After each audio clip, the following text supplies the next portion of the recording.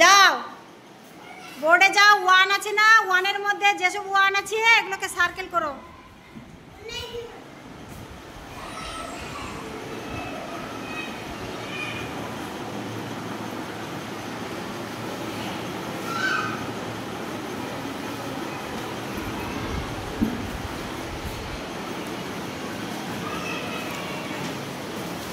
এইবার মেরিন তুমি যাও,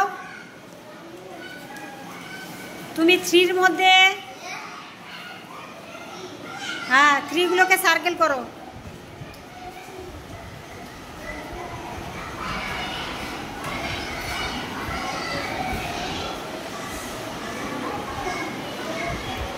okay very good,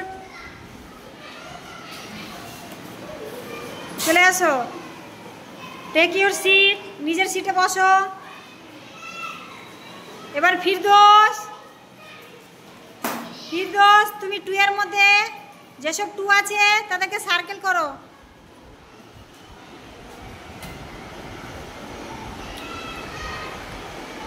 okay very good, clap দাও সবাই, ক্ল্যাপ।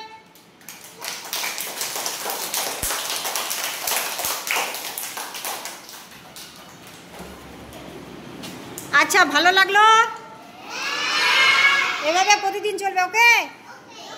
আর প্রতিদিন সবাই স্কুলে আসবে, স্কুল মিস করবে না। আচ্ছা সবাই পারবে করতে এমনি? ভালো কি না? টাটা।